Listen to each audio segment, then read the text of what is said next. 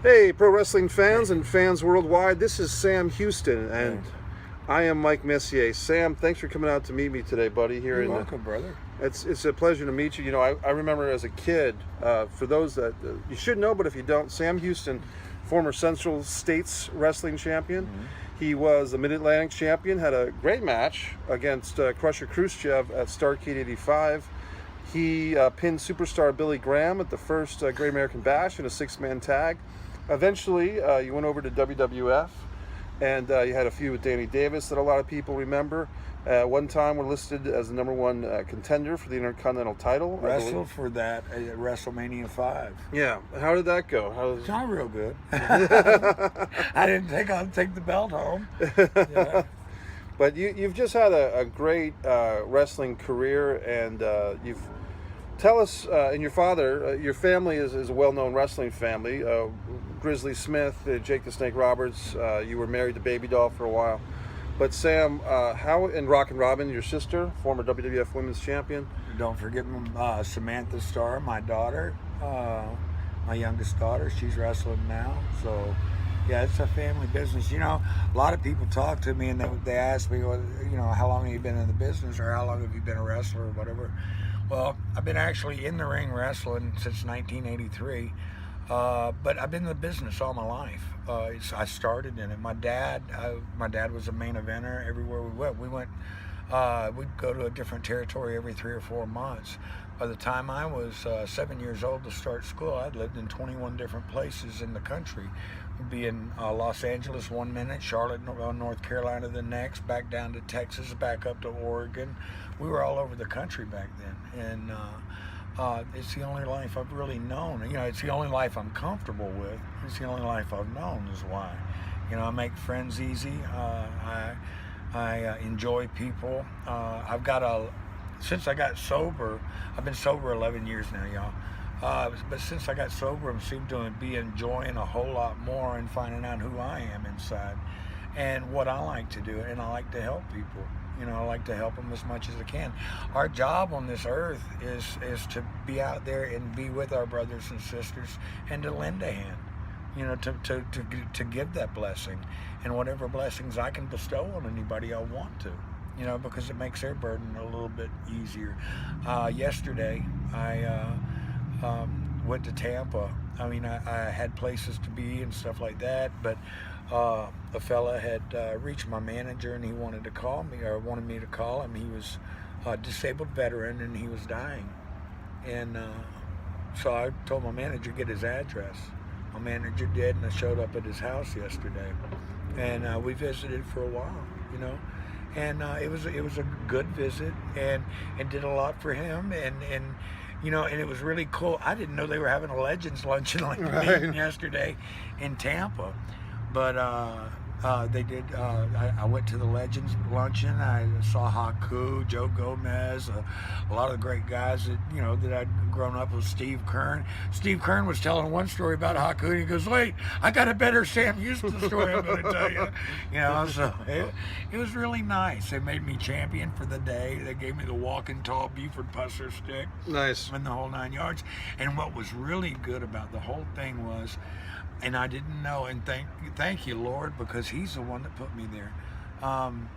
Barbara Goodish is a very good friend of mine. I met her at the CACs a few years ago. That's Frank Goodish's wife, Bruiser a.k.a. Brody, Bruiser right. Brody, just to let y'all know. She's a very dear person. Well, when I first got out of prison, I made it to the CACs. A lot of people, they took me in.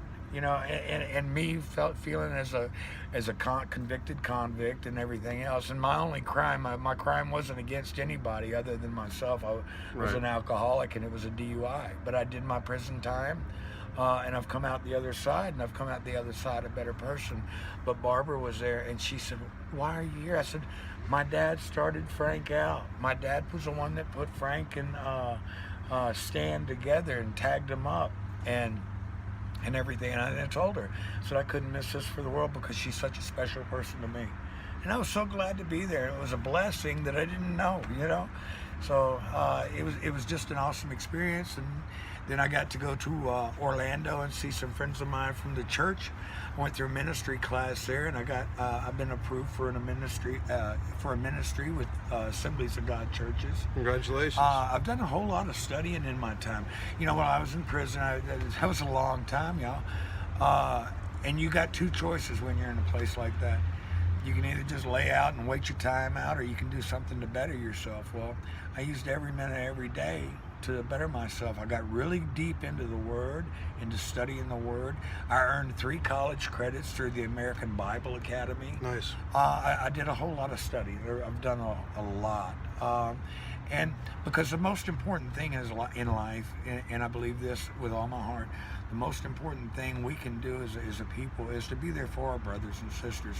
And the greatest thing I can do for anybody out there is to tell you that our Creator, Yahweh, people call it, He's the great I am, you know. But He's offered us everlasting life, and the best way I can do anything for anybody is to make sure you're saved. And if you want to get saved, talk to me. I'll explain to you about how to do it, you know. And it's the best thing I could do for anybody, is give them lead them the way to the everlasting life, lead them to their Creator. You know, you need to have a one-on-one relationship. So that's how I feel. I like what you said, that when you're serving time, it's like either you can serve the time, but also have the time serve you, instead of just, you know, wasting it or waiting for that to get out. Oh, you're doing productive stuff.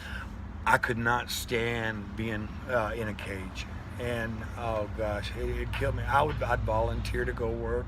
I worked in one place. I volunteered to go out and work in the fields every day in the garden they had. But we weren't getting a lot of vegetables and stuff like that, so through the commissary I was able to get me a little salt shaker, and I love cherry tomatoes. Right. So I'd get on that cherry tomato aisle, and I'd be eating as much as, you know, as I'm picking. So, but it was good. I mean, when you are in a place like that, there are things that you can do to not get anything illegal. Of course, you can get anything you want in there anyway. Right. You got enough money. There was one camp I was in, you could have got a .22, wow, a pistol, for $150. Jeez. Now the ammunition was something different. Hey, that's cheaper than at Walmart. Yeah. But you know, I've been through a lot, Mike. Yeah. I really have. And I've come out the other side, and I hope that, you know, and a lot of people say too that I've come out a better person. And I believe I have. I like the person that I see in the mirror now, Right, in the mornings. And the good thing is I can remember everything, you know. I mean, I was a bad alcoholic for a lot of years. I would drink anywhere from 1 to 3 fists a day, almost every day for 19 years. right. But that's behind me now. You know, I made my decision. I went to hang myself in prison after 2 days. They were telling me I was going to be there for the rest of my life, and I was with the worst of the worst of the worst. It was murderers, rapists, pedophiles. I had my hands around one guy's neck, and it took six guards to beat me off of him with their sticks because he was a pedophile, and he was telling my cellmate what he did to a 10-year-old girl, and I lost it. He was going to breathe no more. Right. I had my hands on his throat. I've been through a lot, but you know, each scar you get, each cut, each bruise, whatever, you know, they add character to your personality and to your life.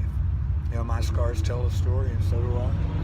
Well, and that's for those that are watching this interview that may be able to help us. Sam and I are kind of getting together, and if you don't mind me saying, sitting there with a computer to write some of your stories, or many of them, as many as we can, and starting with a pilot script. You know, basically our feeling was that TV pilot script would be a great starting point for a collaboration. So if there's anyone out there in the entertainment industry that is watching this, that's intrigued by Sam's stories, what we're going to do is we're going to write like a